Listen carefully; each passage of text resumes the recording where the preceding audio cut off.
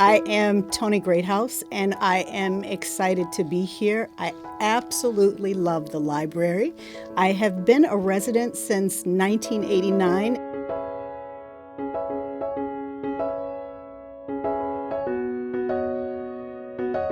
I am a literary artist. People are like, what in the world is that? So I make caricature maps primarily and coloring books. I also write.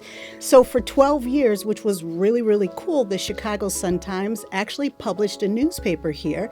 And I was a community columnist for 12 years. But just to wrap up, what do I do? Started in 1996. 20 years later, in 2016, became a Walmart supplier. I created a line of adult coloring books that featured classic cars on Route 66 and actually sold them in Walmart stores through 2019. In 2020, I am reinventing and I am going to be a blogger / entrepreneurial evangelist.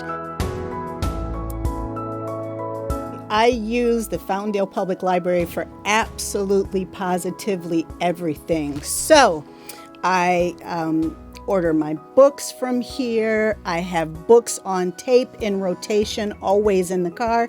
If you want to know where the business books are, if you come to the second floor, or business CDs, sorry. Well, books too. Come to the second floor, make a right, go down that first lane, and you'll see all the CDs, almost everything that you absolutely want to know. I extensively use Studio 300. I'm about to use it more. My daughter, Toni Greathouse, and I are going to launch a podcast in 2020 called Be Great. I use the Macs down here. I'm learning graphic design, and I'm trying to think, what else do I do here? I do everything here except for live here. To me, very inspirational, In the Company of Women by Grace Bonney. There are 100 women that are artists across the world, very inspiring stories, and I just love that everybody's like, they're just doing it. They are just doing it. The book that changed my life is The Secret by Rhonda Byrne. It would take me forever to explain how it changed my life, but it really is about believing in the power of the universe and magnetizing things to you and just being positive all the time. That's the default. It's the people. Paul, the library director, Paul Mills, and I are in Rotary together. We've been in Rotary for many years, so I've seen who he is, and I really know at the helm is someone who has empowered people to do great things. I'm blown away by what Jeffrey has done in Studio 300 to start from scratch and put this together, and all these things are available to all of us. Deb Dudek and Toni with the book club, the support that they give, Dan, who's on security that's here, Anna, Justin, where do I go? It's people. It's people. I love people. So take the time to talk to people when you come here. Everyone wants to help you, and it's an absolutely wonderful experience, and that's why Bolingbrook is so amazing. My daughter is, although she's a finance major, she's very artistic. And around 2005, she was really into making these graphic comic books. And we came to the library because a gentleman by the name of Don Zahorik was offering a program on how to draw comics. And he and I just connected. Afterwards, we sat and we talked, and he is the most amazing artist. And to make a long story short, we started working on projects, and he and I collaborated on the Route 66 book.